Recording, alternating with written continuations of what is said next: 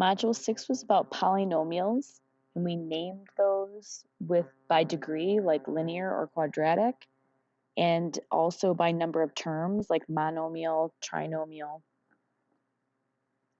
In this first section, we are adding and subtracting and simplifying if necessary, and then writing in standard form.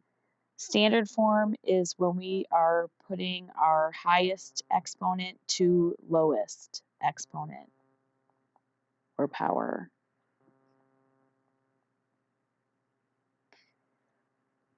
So number 5 is about combining like terms. Remember, like terms is same power, same variable.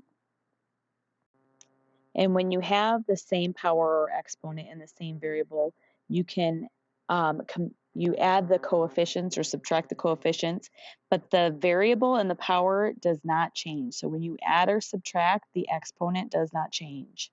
Now in Module 9, when we were multiplying variables, that's when the exponents do change. So I'm going to focus on number 6 here. Because we are subtracting, we need to distribute the negative to this second set of parentheses. We really don't need the first set of parentheses ever. These are not doing anything here. So this negative, we are subtracting this, so this is going to be negative 6b squared, and then a negative times a negative is a positive, so that's positive 3b, and then this negative times this addition is going to be minus 4b to the fourth.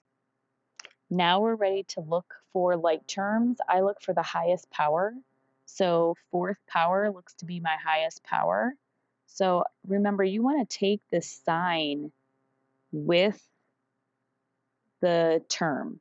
So I have negative 5b to the fourth and negative 1b to the fourth. So I have negative 6b to the fourth. Then I want to look to see if I have any cubics.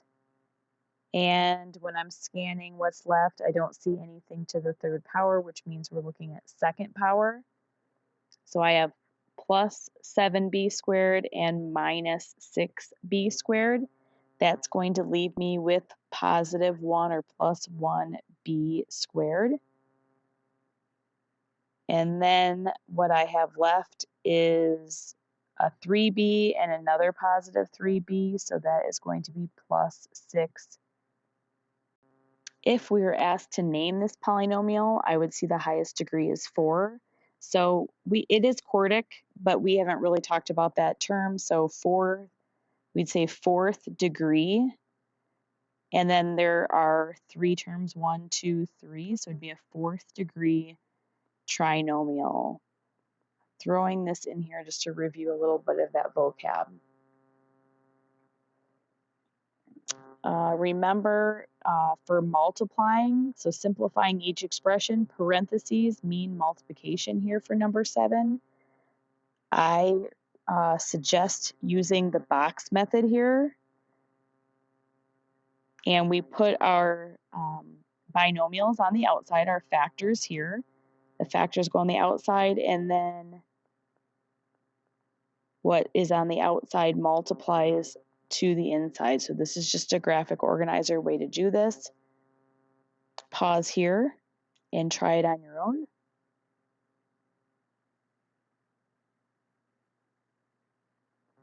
So 2x and 3x are the row and column that intersect in this first area, and that's going to give me 6x squared.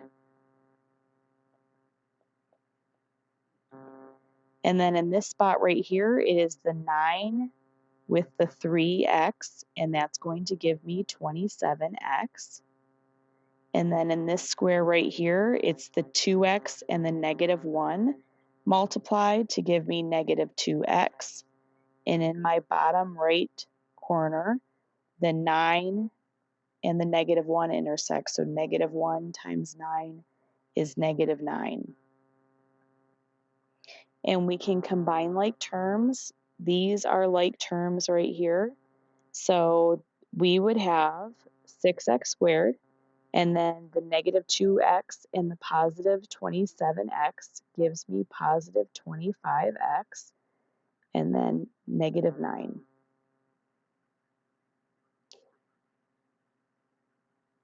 And then the last couple of problems on this page are to rewrite the expression by factoring out the greatest common factor. So I want to look to see what can divide out of both terms. On number 8, I can see that 5 could divide out of 5 and also 20. And then I'm looking at my variables. I have x cubed and x squared. So I can divide out an x squared from both of them. So this 5x squared is my greatest common factor.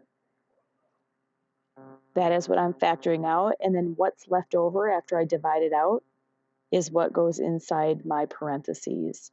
So 5x cubed divided by 5x squared leaves me just x.